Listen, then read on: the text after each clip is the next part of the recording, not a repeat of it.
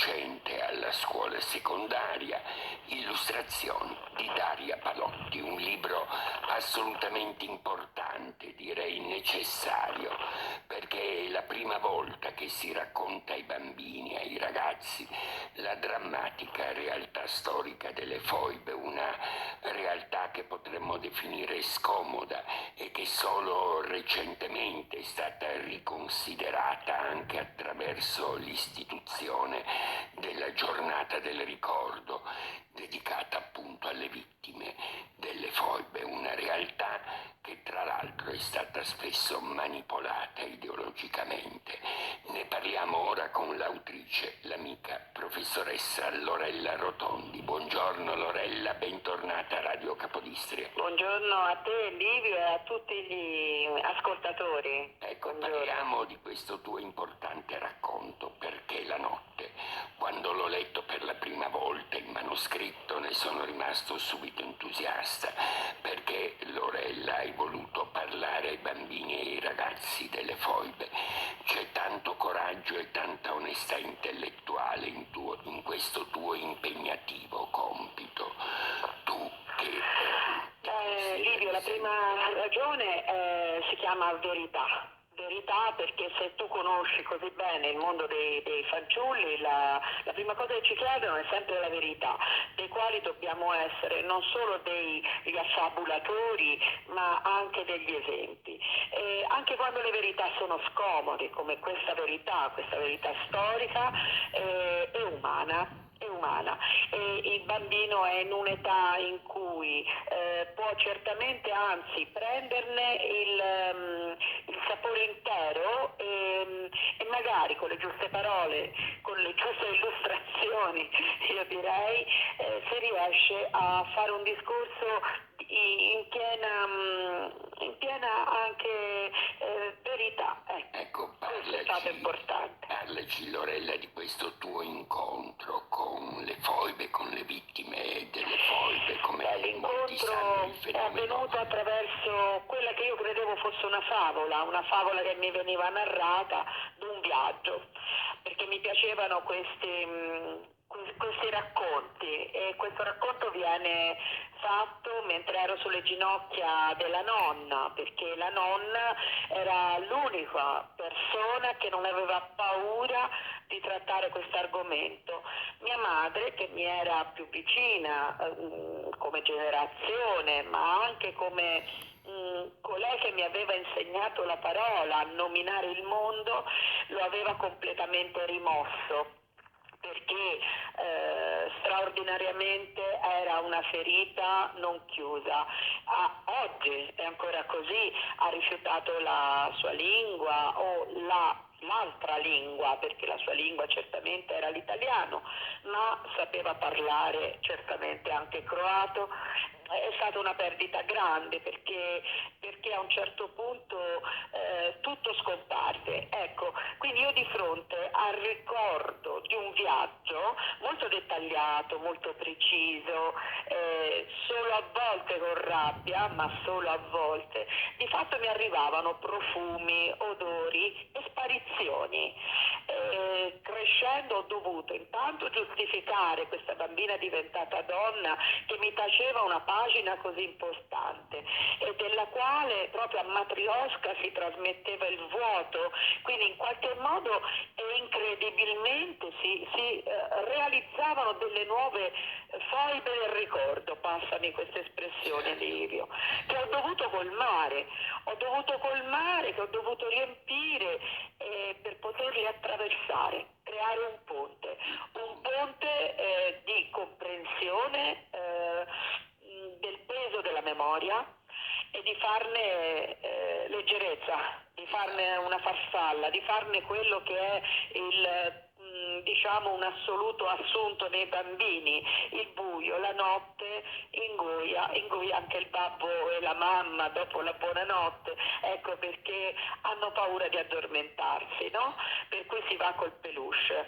Ecco, in qualche modo diciamo che io ho restituito il peluche a mia madre, le ho mostrato che la notte poi c'è ma restituisce tutto l'alba. Ecco, io penso che questo sia un un buio che dobbiamo attraversare per avere la pienezza dell'alba e delle luci e il chiarore delle luci. Ecco, affrontare il tema, Lorella, non era facile. Tu hai scelto una forma narrativa che io ho immediatamente apprezzato, quello del testo formato esclusivamente da domande. Sono le domande che poteva farsi un bambino che aveva vissuto quella tragedia, domande a cui il lettore in autonomia cercherà di dare o di trovare una risposta, domande che iniziano sempre con le stesse parole. Perché la notte, mamma? Ecco, vogliamo parlare, Lorella, di questa scelta stilistica, di questa scrittura in forma di domande che appunto fa riflettere il lettore. Livio, era importante che questa storia fosse narrata da quella bambina e come i diversi corsi seguiti e sempre interessanti ci permettono degli incontri, quando trovai questa formula, quella del perché, che è proprio quella del passaggio, no? Della conciliazione del cuore e ragione nel bambino, mi sembrava la strada, la sola strada, dirò proprio la sola strada, attraverso la quale un bambino poteva, quella bambina colmava il vuoto che ti dicevo, anche perché è questa ricerca di razionalizzazione, ma è ancora una voce del cuore, che quindi riesce a dare la risposta che poi finisce nella canzone, no? Offerta anche per il video, se ricordi quando hai assistito anche alla proiezione del video, è questa necessità di bisogno di angeli. I bambini in qualche modo in quei perché cercano una positivizzazione e solo questa formula lo consentiva, come nei precedenti assolutamente alti che ci sono stati mostrati nella letteratura per l'infanzia, insomma. Allora vogliamo parlare di queste domande della bambina protagonista e della splendida metafora della notte. Che cosa rappresenta, Lorella, la notte? La notte rappresenta il palmo cupo della mano degli uomini, è la grande metafora di chi si erge a Dio e sostituisce con io sono giusto, io sto compiendo, ho subito atti di violenza, sono stato violentato dalla storia e questo inevitabilmente mi autorizza a compiere lo stesso gesto. Ecco, è questo che non deve accadere. Quindi questi perché vanno a innuarsi in questo palmo della notte, questo palmo dell'uomo che è rappresentato dalla notte come un fungolo, come a dire, anzi, proprio perché hai subito questo, perché fai questo.